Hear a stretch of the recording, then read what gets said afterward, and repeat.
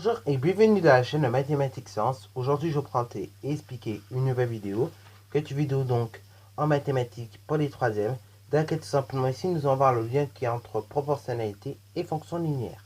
Allez, c'est parti mon kiki. Bon, c'est parti mon kiki, nous allons donc déjà rappeler tout simplement qu'est-ce que c'est que deux grandeurs proportionnelles. Deux grandeurs sont dites proportionnelles en fait si les valeurs de l'une s'obtiennent en multipliant par les valeurs de l'autre. Ok. Alors, elles vont s'obtenir en multipliant par les valeurs de l'autre, mais ces valeurs de l'autre, en fait, on va les multiplier par un nombre. Ce nombre-là, c'est ce qu'on appelle le coefficient de proportionnalité. Autrement dit, par exemple, si x et y sont proportionnels, dans ce cas-là, tout simplement ton nombre y, tu vas l'obtenir en multipliant ton nombre a par le nombre x, ok. Nombre a ici étant le coefficient de proportionnalité que tu multiplies par le nombre x, ok. La fonction justement qu'on pourrait écrire à cette situation, c'est tout simplement donc f de x est égal à x, ok.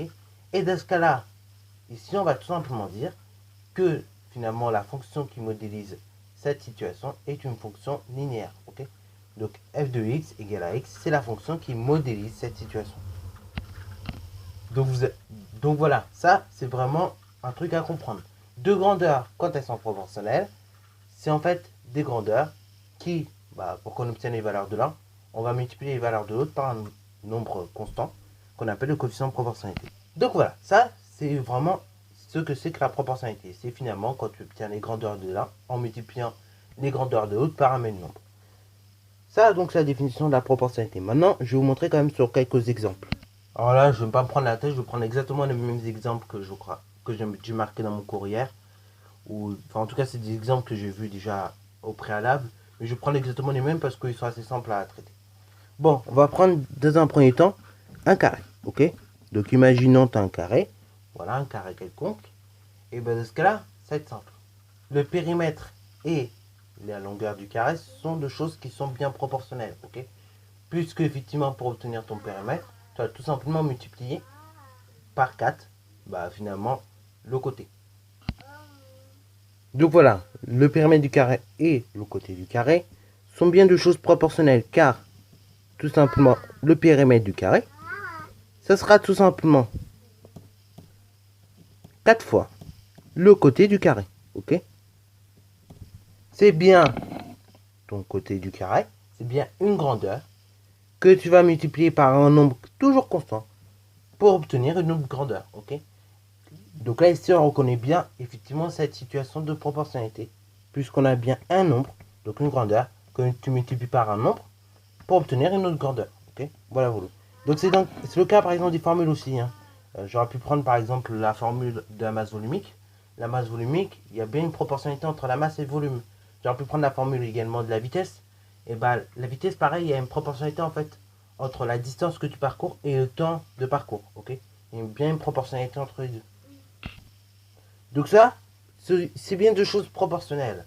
Maintenant, si on devait écrire ça avec des lettres, ok, sous forme d'une formule, on pourrait tout simplement écrire que f de c, donc f de c avec c qui est le côté du carré, c'est égal tout simplement à 4c.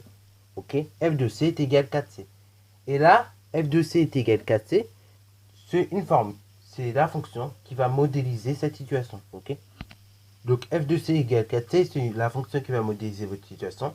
Et donc également ce genre de fonction, c'est ce qu'on appelle des fonctions linéaires, puisqu'on voit bien un nombre, donc 4 en l'occurrence, qu'on va multiplier par ta variable. Ok, donc ici c'est c. Voilà.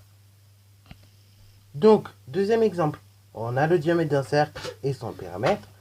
Et là, c'est aussi deux choses, on peut qualifier ces deux éléments de proportionnels, puisque tu sais très bien que pour passer du diamètre du cercle au périmètre, il suffit tout simplement de multiplier ton diamètre par le nombre pi, de sorte à obtenir ton périmètre, ok. Donc, là ici, pour, on va dire, symboliser tout ça, on va noter le diamètre du cercle grand D, et on va noter donc le périmètre grand P, ok. Donc du coup, ici, diamètre du cercle et périmètre du cercle, c'est bien deux grandeurs qui sont proportionnelles. Et ces deux grandeurs sont bien proportionnelles, car tout simplement, vous avez, donc pour obtenir tout simplement le périmètre du cercle, donc pour obtenir P cercle, il suffira tout simplement de multiplier le diamètre, donc grand D, par le nombre pi. Ok. Là, encore une fois, tu reconnais bien une situation de proportionnalité. Tu as toujours ta variable, donc ta grandeur en question, que tu multiplies par un nombre constant qu'on appelle le coefficient de proportionnalité. Ici, en l'occurrence, c'est pi, de sorte à obtenir une autre grandeur. Ici, donc, pour obtenir ton périmètre, tu multiplies le diamètre par pi. Autrement dit, donc pi, on pourrait qualifier ça de coefficient de proportionnalité. C'est le coefficient de proportionnalité entre le périmètre du cercle et son diamètre. Okay. Et maintenant, si on écrivait ça un petit peu sous forme de fonction, on aurait tout simplement ce genre de fonction. C'est-à-dire donc, on va changer un petit peu g, tout simplement donc de d, qui est égal tout simplement à d multiplié par pi, ou dpi si tu préfères. Et donc là, cette fonction-là, qui est une fonction linéaire encore une fois, c'est la fonction qui va modéliser la situation. Voilà, donc là, bon, je vais m'arrêter là pour cette vidéo, mais encore une fois, il y a plein d'exemples comme ça, où vous avez bien proportionnalité, entre deux grandeurs, ok. Voilà. Donc finalement, on peut dire que en fait, une situation est de proportionnalité. Ça revient à dire que la fonction qui modélise cette situation est une fonction linéaire, ok.